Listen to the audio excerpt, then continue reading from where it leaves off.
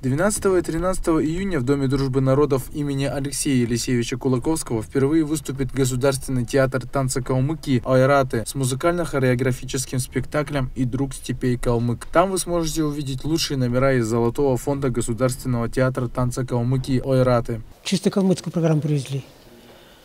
У нас несколько программ. Но выезжаем, мы обычно берем чисто такую калмыцкую программу. Первое отделение – это спектакль, первое отделение, называлось «И друг степей Калмык». История калмыков, кочевый период. А второе действие у нас служение России, воинов России от